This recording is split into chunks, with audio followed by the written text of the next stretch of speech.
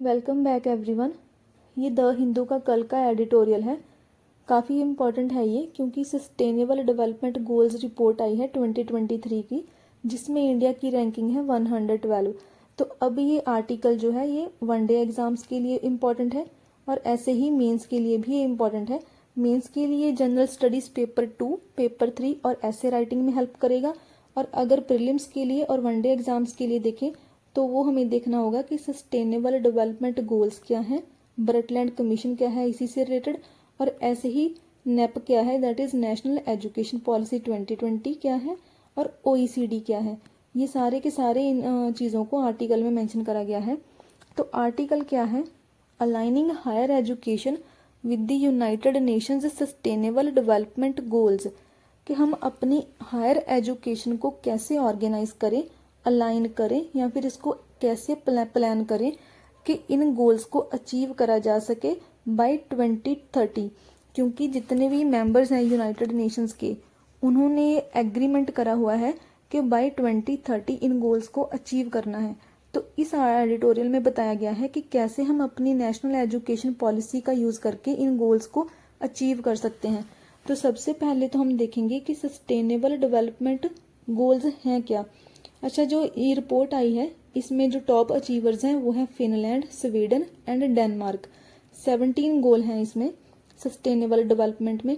सबसे पहले तो इसको डिफाइन कैसे करा गया था, इसको डिफाइन करा गया था ब्रटलैंड कमीशन में, जिसने रिपोर्ट दी थी आवर कॉमन फ्यूचर 1987 में। इस रिपोर्ट में इन्होंने डिफाइन करा था कि सस्टेनेबल डेवलपमेंट है क्या।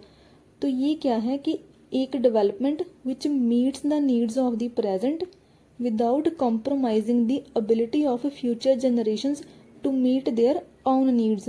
मतलब कि सस्टेनेबल डेवलपमेंट ऐसी डेवलपमेंट है जिससे प्रेजेंट जनरेशंस तो अपनी सारी ज़रूरतें पूरी कर सके, बट फ्यूचर जनरेशंस की एबिलिटी को वो कंप्रोमाइज़ या फिर इम्पैक्ट ना करे। फ्यूचर जनरेशंस के लिए भी हमें कुछ छोड़ना होगा ताकि वो अपनी ज़रूरतें उस टाइम पर पूरी कर पाएँ।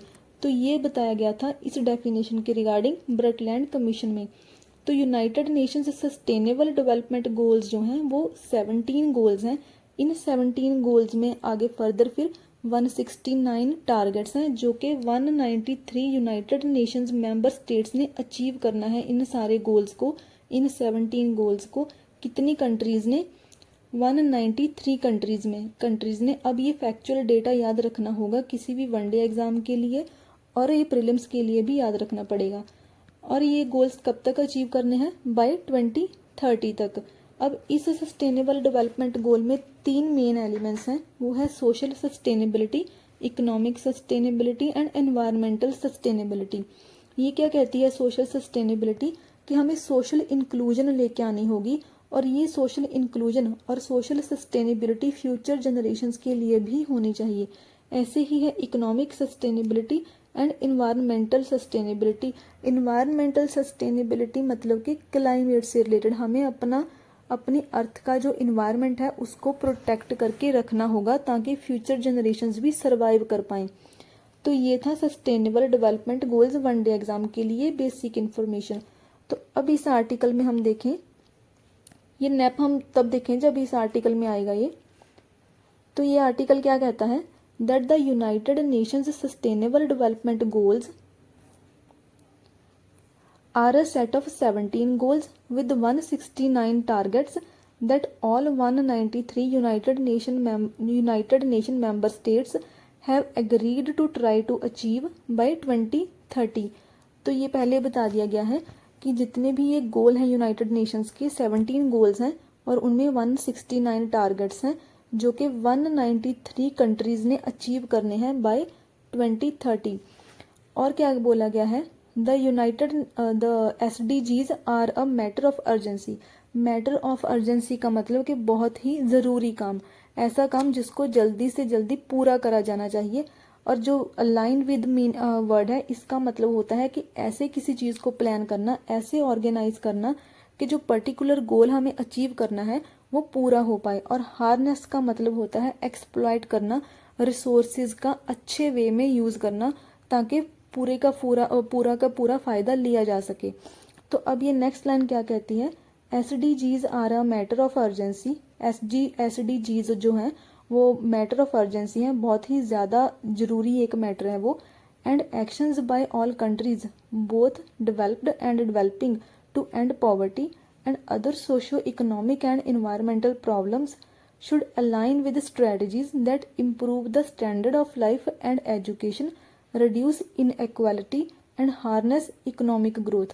तो इस लाइन में क्या बोला गया है कि सस्टेनेबल डेवलपमेंट जो गोल्स हैं वो एक अर्जेंट मैटर्स हैं, और जो जितनी भी कंट्रीज़, चाहे वो डेवलप्ड कंट्रीज़ हो चाहे वो डेवलपिंग कंट्रीज़ हो, जो भी वो एक्शंस ले रही हैं पॉवर्टी को ख़त्म करने के लिए, या फिर जितने भी एक्शंस लिए जा रहे हैं रिगार्डिंग सोशियो इकोनॉमिक और इन्वायरमेंटल प्रॉब्लम्स से रिलेटेड, जो भी एक्शंस लिए जा रहे हैं वो ऐसे एक्शंस होने चाहिए जिससे कि ऐसी स्ट्रेटजीज से वो अचीव करे जाने चाहिए जिससे इम्प्रूव हो सके standard of life, education improve हो सके, ऐसे ही इनइक्वालिटी ख़त्म हो पाए और इकोनॉमिक ग्रोथ का हम पूरे का पूरा फ़ायदा उठा सकें।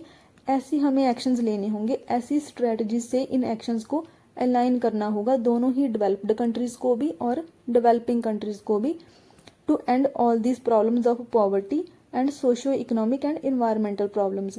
नेक्स्ट इसमें क्या बोला गया है, though it has been 8 years since the inception of these goals, SDGs report 2023 flagged slow progress and painted a grim picture.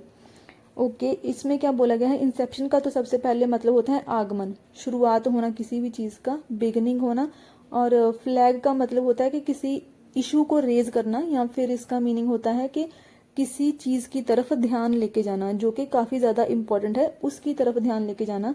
ऐसे ही होता है पेंटेड अ ग्रिम पिक्चर, मतलब कि किसी डिप्रेसिंग सिचुएशन की तरफ इशारा करना, ऐसी सिचुएशन जो कि बहुत ख़राब है उसके बारे में पता चलना।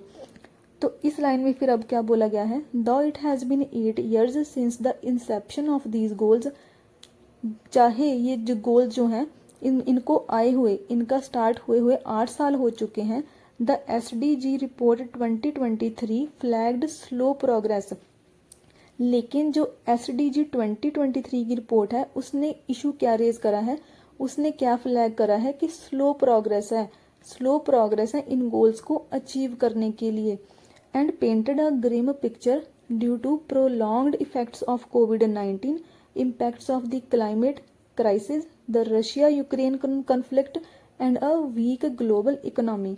तो इनके उन्होंने रीजंस भी दिए हैं कि ये पेंटेड अ ग्रिम पिक्चर, कि इस जो स्लो प्रोग्रेस है इनके रीजंस क्या हैं, तो वो रीजंस है prolonged effects of covid. Prolong होता है लंबे समय तक कोई चलने वाला इफेक्ट, तो कोविड-19 से जो लंबे समय तक इफेक्ट हुए हैं उसके आफ्टर मैथ उसके, ऐसे ही इम्पैक्ट ऑफ क्लाइमेट चेंज के इम्पैक्ट, रशिया यूक्रेन वॉर की वजह से, और जो overall economy global economy weak चल रही थी, इन सारे रीजंस की वजह से ही ये SDG की रिपोर्ट में बताया गया है कि प्रोग्रेस स्लो हो चुकी है इन गोल्स को अचीव करने की। नेक्स्ट इसमें क्या बोला गया है, the lack of progress towards the goals is a universal experience. Okay, तो जितनी भी ये प्रोग्रेस कम हुई है ये पूरी दुनिया में ही कम हुई है, ये एक यूनिवर्सल एक्सपीरियंस है, हर एक कंट्री इस चीज़ को एक्सपीरियंस कर रही है कि उनकी प्रोग्रेस स्लो हुई है, but it has been more pronounced in the least developed countries. लेकिन ये जो प्रॉब्लम है स्लो प्रोग्रेस की प्रॉब्लम जो है ये लीस्ट डेवलप कंट्रीज में सबसे ज़्यादा है, सबसे ज़्यादा प्रोनाउंस्ड है। सबसे ज़्यादा प्रोनाउंस्ड होने का मतलब है कि ज़्यादा विजिबल होना, इन लीस्ट डेवलप्ड कंट्रीज में ज़्यादा दिखाई दे रहा है कि प्रोग्रेस काफ़ी स्लो है according to this 2023 report. India despite having managed the crisis of the global economy and relatively succeeded in overcoming the challenges posed by the pandemic, has suffered a setback in achieving these goals। पहले तो overcome का मतलब होता है कि किसी problem से deal करना और उस प्रॉब्लम को डील करने में सक्सेस अचीव कर लेना, और पोज का मतलब होता है कि किसी भी चीज़ का कारण बनना, और सेटबैक होता है हार। तो इस सब लाइन में क्या बोला है कि इंडिया ने चाहे इतना मैनेज कर लिया है कि उसने ग्लोबल जो क्राइसिस चल रहे थे, ग्लोबल इकोनॉमी में जो क्राइसिस चल रहे थे उनको मैनेज करने में और उनको ओवरकम करने में इंडिया ने सक्सेस तो अचीव कर ली है, बट इंडिया को एक सेटबैक भी मिला है इन गोल्स को अचीव करने के लिए। देखिए इसमें क्या बोला गया है कि पेंडेमिक के बाद ग्लोबल इकोनॉमी इम्पैक्ट हुई थी। अब उस इम्पैक्ट से, उस क्राइसिस से इंडिया बच तो गया, लेकिन फिर भी उसको हार मिली है, उसको सेटबैक मिला है इन गोल्स को, इन सस्टेनेबल डेवलपमेंट गोल्स को अचीव करने में। ये इस आर्टिकल में बोला गया है। अब नेक्स्ट आता है NEP 2020 and sustainable development goals. तो अब हम देखेंगे कि ये नेप 2020 पहले क्या है। तो नेशनल एजुकेशन 2020 क्या नेशनल एजुकेशन पॉलिसी 2020 क्या कहता है, to make India a global knowledge super power. इस लाइन को आप एज इट इज़ ही यूज़ कर सकते हो, ये ऑफिशियल लाइन है कि नेप 2020 का मेन पर्पस क्या है कि इंडिया को एक global knowledge super power banana. And ये थर्ड अटेम्प्ट है एजुकेशन सिस्टम को इम्प्रूव करने के लिए, एजुकेशन सिस्टम को रिवैम्प करने के लिए। इससे पहले 2 बार मतलब कि जो एजुकेशन पॉलिसीज़ हैं वो 2 बार आ चुकी हैं। पहली 1968 में और देन उसके बाद आई 1986 में। अब ये जो 2020 वाली है ये थर्ड पॉलिसी है, थर्ड टाइम आई है ये आपको याद रखना है कि इससे पहले 2 बार किस ईयर में आई थी। अब इस पॉलिसी में क्या बोला गया है, that universal access at all levels of schooling from pre primary school to grade 12। तो सबको यूनिवर्सल स्कूलिंग मिलनी चाहिए, यूनिवर्सल एक्सेस होनी चाहिए सबके पास, प्री प्राइमरी से लेकर 12 ग्रेड तक सबके पास यूनिवर्सल एक्सेस होनी चाहिए, सबको एजुकेशन मिलनी चाहिए। और इसमें पेडागोजिकल स्ट्रक्चर को भी चेंज कर दिया गया है, मतलब कि जो टीचिंग स्ट्रक्चर पहले चलती थी उसको अब बदल दिया गया है, न्यू करिकुलम भी ऐड करा गया है। अब ये जो स्कूलिंग होगी वो 4 स्टेजेस में होगी अकॉर्डिंग टू दिस पॉलिसी। पहली स्टेज होगी 5 साल की जो कि फाउंडेशनल स्टेज होगी। ऐसे ही जो नेक्स्ट होगी वो होगी 3 साल की प्रेपरेटरी स्टेज। फिर उसके बाद फिर से 3 साल की एक स्टेज आएगी मिडिल स्टेज, और देन लास्ट होगी सेकेंडरी स्टेज 4 इयर्स की। इन सारी स्टेजेस को आपने 1 डे एग्जाम्स के लिए माइंड में रखना है। और इसमें क्या बोला गया है, that no hard separations between arts and sciences, between curricular and extra curricular activities, between vocational and academic streams. हम आज के टाइम पर क्या करते हैं कि आर्ट्स को बहुत कम इम्पोर्टेंस देते हैं, आर्ट्स फील्ड को। तो इस नेप में क्या बोला गया है कि आर्ट्स और साइंसेज में कोई भी हार्ड सेपरेशंस नहीं करी जाएंगी, इनको थोड़ा बहुत तो इनका इंटीग्रेशन रहेगा ही, इनको बिल्कुल ही एक दूसरे से अलग थलग नहीं कर दिया जाएगा। ऐसे ही वोकेशनल और एकेडमिक स्ट्रीम्स की भी बात करी गई है इसमें। और इसमें क्या कहा गया है कि हम मल्टीलिंगुअलिज्म को प्रमोट करेंगे। इसका मतलब क्या है कि सपोज किसी यूनिवर्सिटी में अलग अलग जगह से स्टूडेंट्स आ रहे हैं तो उनकी अलग अलग लैंग्वेज है, तो अब इस लैंग्वेज के बेस पर किसी के साथ कोई भी डिस्क्रिमिनेशन नहीं होगा। मल्टीलिंगुअलिज्म को प्रमोट करेंगे अकॉर्डिंग टू दिस नेप, और इंडियन लैंग्वेजेस को भी प्रमोट करा जाएगा। और इसमें क्या बोला गया है कि एक नेशनल असेसमेंट सेंटर को इस्टेब्लिश करा जाएगा, उसका नाम होगा पर्क। पर्क का मीनिंग है performance assessment review and analysis of knowledge for holistic development. देखिए अब ये जो ना मीनिंग्स है, एब्रीविएशंस हैं, ये एग्जाम्स में आ सकती हैं और पूछ सकते हैं कि इनका प्रॉपर पूरा फुल नेम क्या है। तो आपको ये इससे 1 डे एग्जाम के लिए ये भी याद रखना होगा कि परख का मीनिंग क्या है। ऐसे ही इस नेशनल एजुकेशन पॉलिसी में बात करी गई है एक जेंडर इंक्लूजन फंड की और एक स्पेशल एजुकेशन जोन की for disadvantaged region and disadvantaged group. अब इसमें ना ये चीज़ें इंपॉर्टेंट आ जाती हैं। इस नेशनल एजुकेशन पॉलिसी में कुछ इनिशिएटिव्स हैं, मैंने उनके नेम ही लिखे हैं। अगर मेंस में आंसर राइटिंग करनी है तब तो इनके नेम लिखने भर से ही काम चल जाएगा आंसर राइटिंग में, लेकिन प्रीलिम्स की बात करें या फिर अगर 1 डे एग्जाम की बात करें तो उसमें कुछ ना कुछ फैक्चुअल डेटा, इन सारी जो जितने भी इनिशिएटिव हैं अंडर नेप कोई ना कोई फैक्चुअल डेटा आ सकता है, तो आप एक बार चेक कर लेना। बट मैंने ऐसे बता दिया कि जो फर्स्ट इनिशिएटिव है वो है Shri, that is PM schools for rising India, PM Shri बोलते हैं। नेक्स्ट स्कीम है इसमें निपुण, that is national initiative for proficiency in reading with understanding and numeracy Bharat, निपुण भारत। उसके बाद है इसमें पीएम ई विद्या। देन उसके बाद है इसमें एक national curriculum framework for foundational stage.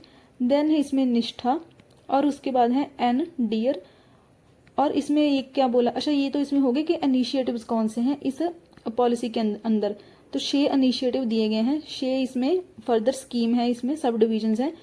और इसमें क्या बोला गया है कि इसमें एजुकेशन में जो इन्वेस्टमेंट होती है, ओवरऑल जीडीपी का 6% सिर्फ एजुकेशन में ही इन्वेस्ट करा जाएगा, दोनों स्टेट्स और सेंटर के लिए। तो ये था हमारा नेशनल एजुकेशन पॉलिसी। ये सारे का सारा फैक्चुअल डेटा बहुत ज़्यादा इंपॉर्टेंट है, वेरी वेरी वेरी इंपॉर्टेंट। तो इसको आपने बाय हार्ट याद कर लेना है, चाहे रट्टा लगाओ चाहे कुछ भी, इसको बाय हार्ट याद कर लेना है, इसे सारे के सारे जितने भी ये फैक्ट्स हैं। तो ये था नेप। अब आते हैं हम एडिटोरियल पर। तो नेक्स्ट इसमें क्या बोला गया है, NEP 2020 and SDGs, yet recent actions and policies indicate that India is committed towards realising SDGs। अब इन सारे के सारे एक्शन और पॉलिसीज को देखें तो जितने भी गवर्नमेंट कोई पॉलिसीज लेके आ रही हैं उनसे क्या पता चल रहा है इस आर्टिकल के अकॉर्डिंग कि इंडिया कमिटेड है अपने SDGs को पूरा करने के लिए। रियलाइज करने का मतलब होता है किसी गोल को पूरा करना, जो कि गोल सेट करा गया है। तो इंडिया ने क्या सेट करा है कि SDG को वो पूरा करेगी, उसको रियलाइज करेगी। तो इसी रिगार्डिंग वैसी पॉलिसीज इंडिया अब लेके आ रहा है, ये इस एडिटोरियल में बोला गया है। नेक्स्ट इसमें क्या है, the SDG 4 pertains to access to quality education. देखिए यहाँ पर मैंने एक पिक्चर भी लगा दी हुई है। SDG 4 क्या है, वो क्वालिटी एजुकेशन की बात करता है। तो यही इसमें बोला गया है कि that SDG 4 pertains to, related है किससे, एक्सेस टू क्वालिटी एजुकेशन, कि SDG 4 कहता है कि सबको क्वालिटी एजुकेशन की एक्सेस होनी चाहिए। It is a pre requisite for the achievement of other goals. Pre requisite होता है एक पहले वाली कंडीशन कि किसी हमने बी चीज़ को अचीव करना है, लेकिन उससे पहले बी को अचीव करने से पहले हमें ए को अचीव करना होगा। तो ए बी के लिए क्या हो जाएगा, एक प्री रेक्विजिट। तो अब इसमें क्या बोला गया है कि ये जो SDG 4 है वो बाकी के जितने भी गोल हैं इस SDG के अंदर, उनको अचीव करने के लिए ये SDG एक प्री रेक्विजिट है, ये एक नेसेसरी कंडीशन है, इसको पूरा करना ही होगा। नाउ इट इज़ ओके, ये तो हो गया। India with a long standing history of equitable and inclusive education has accelerated efforts to ensure the achievement of SDG through various reforms. India, इसमें क्या बोला गया है, इंडिया जिसके पास एक लॉन्ग स्टैंडिंग हिस्ट्री है इक्विटेबल और इंक्लूसिव एजुकेशन की, इंडिया ने अपनी एफर्ट्स को बढ़ा दिया है, एक्सेलरेट कर दिया है, ताकि वो SDG को अचीव कर सके थ्रू वेरियस रिफॉर्म्स। नए नए रिफॉर्म लेके आए इंडिया, जिससे वो अपनी इस एफर्ट को इंक्रीज करेगा। Among them national education policy that is NEP 2020 should be given credit to a great extent. तो इसमें क्या बोला है, जितने भी अब रिफॉर्म्स लेके आए जा रहे हैं, अमंग देम जितने भी सारे टोटल रिफॉर्म्स हैं, उन सारे रिफॉर्म्स में जो नेशनल एजुकेशन पॉलिसी 2020 है उसको सबसे ज़्यादा क्रेडिट दिया जाना चाहिए, उसको सबसे ज़्यादा श्रेय दिया जाना चाहिए। क्यों, तो वो उसमें नेक्स्ट बताया गया है, NEP 2020 has been prepared in tune with का भी सेम ही मीनिंग होता है, अलाइन विद, ऐसे प्लान करना कि कोई पर्टिकुलर गोल अचीव हो जाए। तो क्या कहा गया है, that NEP 2020 has been prepared in tune with most of the SDGs। जो नेप 2020 है उसको ऐसे प्रिपेयर करा गया है कि जिससे सारे के सारे जो गोल हैं सस्टेनेबल डेवलपमेंट गोल, वो भी साथ में इसके अचीव हो जाएं, नेप के साथ साथ ही वो इसी के थ्रू वो अचीव हो जाएं। दो nap 2020 calls for changes at all levels of education. Priority should be accorded to higher education as it accelerates social mobility, empowers people through creativity and critical thinking and grants them employment skills.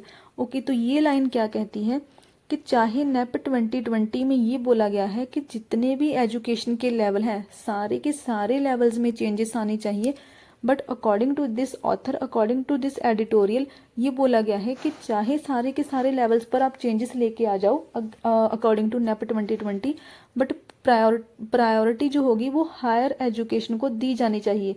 Accord के मतलब कि accord देना, इस case में क्या है कि priority किसको दी जानी चाहिए, हायर एजुकेशन को। अब वो ऐसा क्यों है, क्योंकि इस हायर एजुकेशन से ही एक्सेलरेट होगा सोशल मोबिलिटी। सोशल मोबिलिटी एक सोशियोलॉजी का कॉन्सेप्ट है, जिसमें सोशल मोबिलिटी क्या है कि अपनी सोसाइटी में पोजीशन को इम्प्रूव कर लेना, अपना सोसाइटी में रैंक अच्छा कर लेना, उसको बोलते हैं सोशल मोबिलिटी। तो हायर एजुकेशन से क्या आएगी, सोशल मोबिलिटी आएगी। लोग एम्पावर होंगे, वो अपनी क्रिटिकल थिंकिंग को और ज़्यादा बढ़ाएंगे। क्रिटिकल थिंकिंग, क्वेश्चन करने की thinking, and grants them employment skill. और उनके पास अगर हायर एजुकेशन होगी तो उनके पास एम्प्लॉयमेंट स्किल्स भी ज़्यादा होंगी। तो ये बोला गया है कि चाहे नेप के अकॉर्डिंग सारे एजुकेशन लेवल्स को चेंज करा जाना चाहिए, बट अल्टीमेट प्रायोरिटी किसको होनी चाहिए, हायर एजुकेशन को, यूनिवर्सिटी लेवल की एजुकेशन को और कॉलेज लेवल एजुकेशन को। नेक्स्ट अब इसमें क्या है, according to data from the organisation for economic cooperation and development, people with a higher education degree are more employable and earn an average of 54% more than those who only have completed senior secondary education। अब देखिए, सबसे पहले तो हमें OECD पता होना चाहिए, वो हम अभी देख लेंगे। लेकिन इस एडिटोरियल में डाटा कोट करा गया है फ्रॉम OECD। OECD ने कहा है कि जितने भी हायर एजुकेशन डिग्री वाले लोग होते हैं उनके पास एम्प्लॉयमेंट अपॉर्चुनिटीज़ बढ़ जाती हैं। 54% उनके पास ज़्यादा अपॉर्चुनिटीज़ होती हैं उन लोगों के कंपैरिजन में जिन्होंने सिर्फ सीनियर सेकेंडरी एजुकेशन ही ली होती है। मतलब कि हायर एजुकेशन वाले लोगों के पास 54% ज़्यादा चांसेस होते हैं लाइफ में इंजॉय करने के, भी बोल सकते हो आप, और लाइफ में अर्न करने के, अपनी सोशल मोबिलिटी को इंक्रीज करने के, हर एक तरह से उनके पास ज़्यादा चांसेस होते हैं। तो सबसे पहले अब क्या देखेंगे हम, क्या OECD है क्या। ओके, क्या हो गया, ओके गाइस, थोड़ा ये पता नहीं अपने आप बंद हो गया था। तो अब हम सबसे पहले देखेंगे कि OECD क्या है। OECD का मतलब होता है the organisation for economic cooperation and development. ये क्या है, ये एक इंटरनेशनल बॉडी है, इंटरनेशनल ऑर्गेनाइजेशन है, इंटर गवर्नमेंटल इकोनॉमिक ऑर्गेनाइजेशन, जिसमें 38 कंट्रीज हैं विद मार्केट इकोनॉमीज। देखिए, इंडिया जो है ना वो इस OECD का मेंबर नहीं है, और उस लाइन का ना हमें उसका रीज़न जो है इस वर्ड से ही पता चल जाता है कि 38 countries with market economies. India की जो इकोनॉमी है क्या वो टोटली मार्केट इकोनॉमी है, नहीं, यहाँ पर मिक्स्ड चलता है। तो इसी वजह से भी और भी बहुत सारे रीजंस हैं, बट मेजरली क्या है कि क्योंकि इसमें जो कंट्रीज हैं वो सारी की सारी मार्केट इकोनॉमीज हैं। टोटल 38 कंट्रीज हैं with that work with each other as well as with more than 70 non-member economies to promote economic growth, prosperity and sustainable development। तो ये जो OECD है ये इकोनॉमिक ग्रोथ को बढ़ाने का काम करती है, प्रॉस्पेरिटी और सस्टेनेबल डेवलपमेंट लाने का भी काम करती है, उसको प्रमोट करने का काम करती है। इसके जो हेडक्वार्टर्स हैं वो है पेरिस, फ्रांस में। अब ये वनडे एग्जाम के लिए याद रखना होगा। और क्या याद रखना होगा कि इसमें 38 कंट्रीज हैं, इंडिया उसका पार्ट नहीं है। और OECD का ओरिजिन हुआ था सबसे पहले 1948 में, और जो इसका नेम था उस टाइम पे वो था OEEC, that is the organisation for European economic cooperation. बाद में फिर 1961 में इसको चेंज कर दिया गया जब USA और कनाडा ने ज्वाइन करा। अब इसमें जो और भी ज़्यादा इम्पोर्टेंट आता है वो OECD रिपोर्ट्स कौन सी पब्लिश करता है। तो इसके अंदर 3 रिपोर्ट्स आती हैं। सबसे पहली है इकोनॉमिक आउटलुक, देन आता है OECD कम्युनिकेशन आउटलुक, फिर उसके बाद थर्ड रिपोर्ट है OECD इंटरनेट इकोनॉमी आउटलुक। तो ये तीनों की तीनों रिपोर्ट्स आती हैं OECD के अंदर। अब इंडिया इसका मेंबर नहीं है, लेकिन इंडिया इस ऑर्गेनाइजेशन के साथ मिलकर काम करता आ रहा है 1997 से। अदरवाइज इसका पार्ट नहीं है वो मेंबर नहीं है, बट इसका एक ऑर्गेनाइजेशन का एक डेवलपमेंट सेंटर है जिसका इंडिया 27th मेंबर है। वैसे ओवरऑल ऑर्गेनाइजेशन का पार्ट नहीं है इंडिया, बस वो डेवलपमेंट सेंटर का ही एक 27th मेंबर है। तो इम्पोर्टेंट याद क्या रखना है कि 1948 में सबसे पहले बनी थी, फ्रांस में इसका हेडक्वार्टर है। 38 कंट्रीज़ हैं और वो भी मार्केट इकोनॉमीज़, और 3 इसमें है रिपोर्ट्स। 1961 में इसका नेम चेंज कर दिया गया था जब यूएसए और कनाडा ने इसको ज्वाइन करा था। तो ये था हमारा OECD। इस एडिटोरियल से जितनी भी फैक्चुअल डेटा था वो ये वाला ही डेटा था जो कि इम्पोर्टेंट था। अब हम आते हैं वापस एडिटोरियल में। तो एडिटोरियल में क्या कहा गया है कि OECD के अकॉर्डिंग 54% चांस उन लोगों के पास ज़्यादा होते हैं जिनके पास हायर एजुकेशन डिग्री होती है, ना कि उन लोगों के पास जिनके पास सिर्फ सेकेंडरी एजुकेशन ही होती है। अब नेक्स्ट इसमें क्या बोला गया है, अ यूनिवर्सिटी इंक्लूसिव एजुकेशन। देखिए ये एक कीवर्ड है, इसीलिए ही मैंने इसको हाईलाइट करा है। अगर आंसर राइटिंग करनी है तो इसको आप यूज़ कर सकते हो, इस वर्ड को ऐसे ही चेप सकते हो। अ यूनिवर्सिटी इंक्लूसिव एजुकेशन दस better protects people against poverty, जो कि सस्टेनेबल डेवलपमेंट गोल 1 है। Prevents them from hunger, hunger related है सस्टेनेबल गोल 2 से। ऐसे ही जो SDG 3 है वो सपोर्ट किसको देता है, गुड हेल्थ की बात करता है और वेलबींग की। और SDG 5 किसकी बात करता है, जेंडर इक्वालिटी की। Provides them decent work and which in turn drives economic growth, ये है गोल 8। और जो गोल 10 है वो है रिड्यूस इन एक्वालिटीज। तो इसमें क्या बोला गया है, जो यूनिवर्सिटी इंक्लूसिव एजुकेशन होगी वो इन सारे गोल्स को 1, 2, 3, 5, 8 एंड 10 इन गोल्स को अचीव करने के लिए यूनिवर्सिटी इंक्लूसिव एजुकेशन होनी चाहिए। सी इसका अब ना कोई सोल्यूशन नहीं है। अगर वनडे एग्जाम्स के लिए देखना है तो चाहे MCQ, इनफैक्ट प्रीलिम्स के भी जितने भी ऑब्जेक्टिव टाइप क्वेश्चंस आते हैं तो कोई भी सस्टेनेबल डेवलपमेंट गोल उठा के ना वो पूछ सकते हैं। तो उस पर्टिकुलर गोल के अंदर किस चीज़ की बात करी गई है ये हमें पता होना चाहिए। और ये पता कैसे चल सकता है, बार बार रिवीजन करने से ही। और इसका कोई ऐसा जो सोल्यूशन नहीं है। नेक्स्ट इस आर्टिकल में क्या बोला गया है, the universities should strengthen the research teaching nexus in university education. Nexus का मतलब होता है कनेक्शन, एक रिलेशन, किसी दो चीज़ों के बीच का कनेक्शन। तो इसमें क्या बोला गया है कि यूनिवर्सिटीज़ को रिसर्च टीचिंग जो नेक्सस है यूनिवर्सिटी एजुकेशन में, रिसर्च करने वाला पार्ट और जो टीचिंग वाला पार्ट होगा, इन दोनों का जो नेक्सस होगा, इन दोनों के कनेक्शन को स्ट्रॉन्ग बनाना होगा, स्ट्रेंथन करना होगा यूनिवर्सिटीज़ को। That way students will become direct benefactors of the knowledge generated from research. Benefactor ऐसा इंसान होता है जो किसी को बेनिफिट देता है, जो किसी को कोई हेल्प देता है।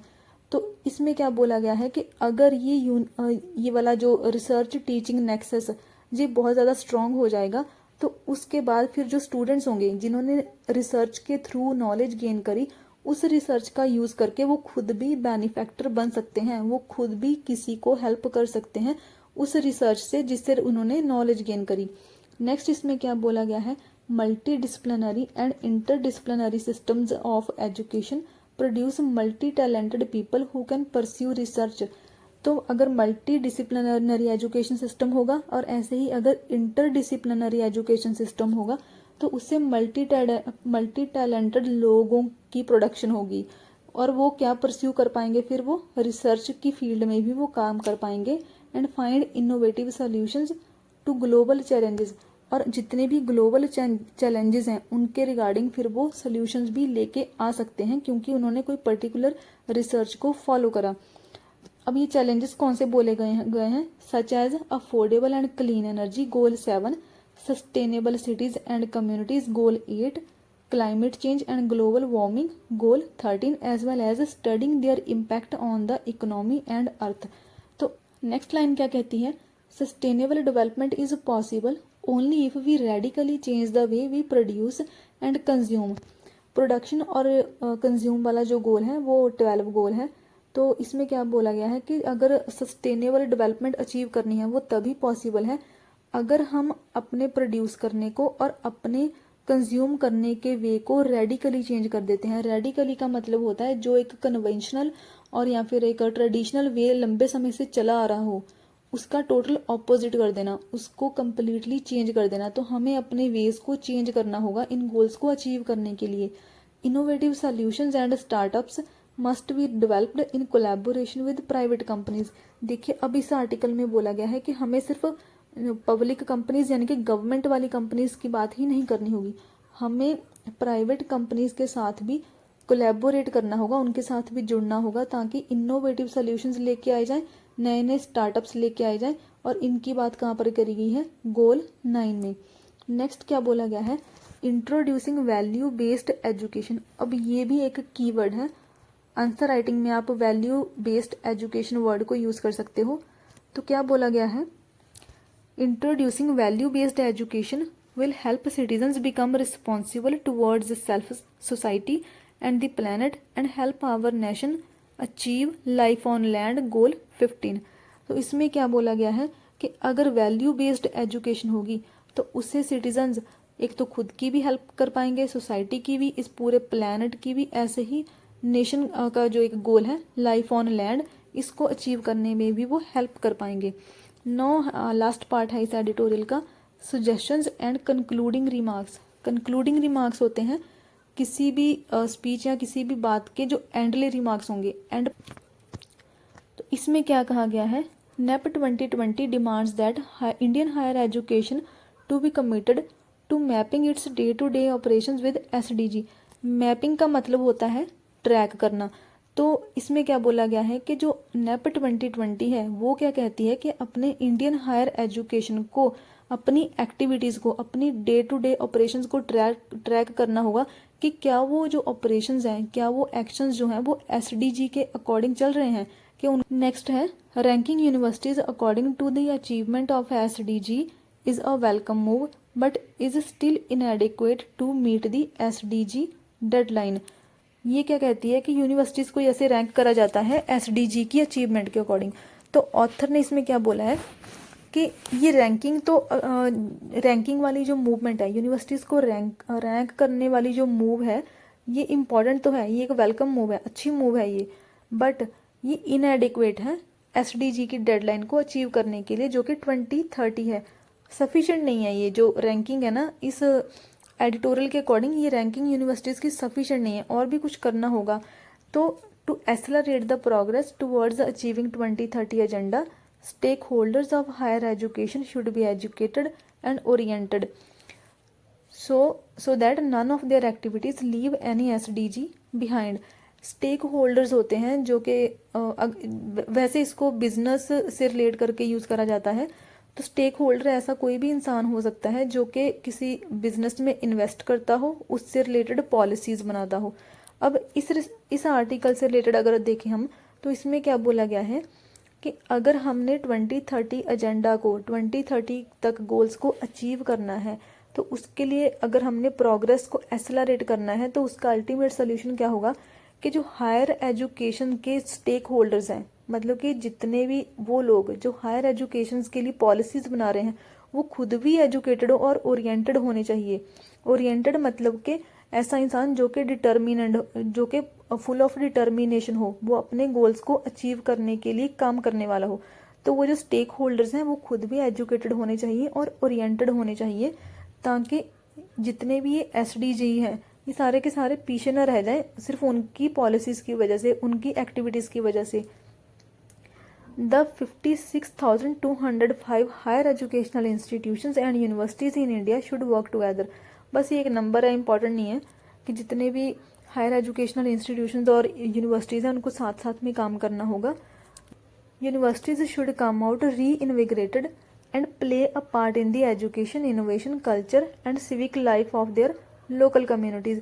इसमें बोला गया है कम आउट का मतलब होता है कि शो, अपीयर होना, दिखाना। री इन्विगरेट का मतलब होता है फुल ऑफ एनर्जी।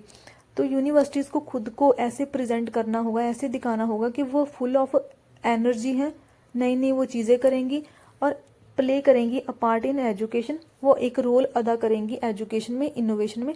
ऐसे ही civic life of local communities, community health, energy saving measures, efficient resource allocation, ये सारी की सारी ना चीज़ें दी गई हैं। बस आप इसको ना एक बार रीड कर लेना, क्योंकि ये चीज़ें ना सेल्फ एक्सप्लेनेटरी हैं। इनको अगर मैं ऐसे बताने लगूंगी तो वो बस एक पूरी की पूरी लाइन की ना डिक्टेशन टाइप सा हो जाएगा। It is high time that universities adopted sustainability as mantra and incorporated SDG into their institutional strategies both in daily administration and in teaching and research. High time का मीनिंग होता है कि ऐसा समय चल रहा है कि कुछ ना कुछ करा जाना चाहिए, जो कि पहले बहुत टाइम से कर दिया होना चाहिए था, लेकिन उस टाइम पर नहीं करा गया क्योंकि, तो अब बहुत ज़्यादा ऐसा क्रूशल टाइम आ चुका है कि उस चीज़ को करा जाना चाहिए। तो इसमें क्या बोला गया है कि अभी हाई टाइम है, बहुत ही ज़्यादा इंपॉर्टेंट टाइम चल रहा है कि जब यूनिवर्सिटीज़ को सस्टेनेबिलिटी एज मंत्रा अडॉप्ट करना होगा। सस्टेनेबिलिटी का कॉन्सेप्ट भी यूनिवर्सिटीज़ को इंक्लूड करना होगा, और जितने भी एसडीजी हैं उनको अपनी इंस्टीट्यूशनल स्ट्रेटजीज में इनकॉर्पोरेट करना होगा, इंक्लूड करना होगा, चाहे वो डेली एडमिनिस्ट्रेशन हो, चाहे वो टीचिंग या फिर रिसर्च हो। It has been realized that higher education cannot work in isolation. Rather, it must be directly integrated with the socio-economic development, where each activity and transaction has meaningful and multiple impacts on SDG. देखिए लाइनें तो बहुत बड़ी बड़ी हैं, but yes important भी है। Transaction का मतलब होता है कोई भी मैटर, कोई अफेयर। ये वो वाली ट्रांजैक्शन नहीं है कि इधर उधर गुड्स लेके जा रहे हैं, सप्लाई कर रहे हैं चीज़ों की, या फिर मनी रिलेटेड कोई ट्रांजैक्शन हो रही है। ये है कोई डेली का मैटर, ऐसे ही कोई मैटर। तो अब इस लाइन में क्या बोला गया है कि ऐसा एहसास हुआ है, इट हैज़ बीन रियलाइज्ड, ऐसा एहसास हुआ है कि जो हायर एजुकेशन है वो अकेले काम नहीं कर सकती, रादर बल्कि उसको काम करना होगा सोशो इकोनॉमिक डेवलपमेंट के साथ जुड़कर। मतलब कि इन दोनों को, हायर एजुकेशन और सोशो इकोनॉमिक डेवलपमेंट, साथ साथ चलेगी।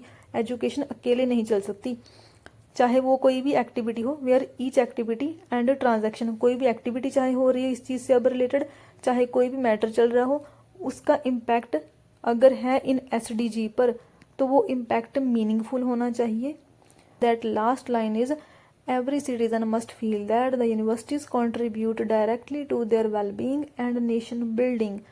तो ये क्या है कि सिटीज़न को ऐसा इस चीज़ का एहसास होना चाहिए कि यूनिवर्सिटीज़ का अल्टीमेट पर्पस उनका वेलबींग है और नेशन बिल्डिंग है। So that is all about the article, और ये बहुत ज़्यादा इंपॉर्टेंट है। और सबसे ज़्यादा इंपॉर्टेंट तो एसडीजी हैं, कैसे भी इसको याद कर लीजिए, कितने भी गोल्स हैं, रट्टा लगाइए, कुछ भी करिए। और ऐसे ही नेप का पता होना चाहिए, और ऐसे ही पता होना चाहिए ओईसीडी का। सो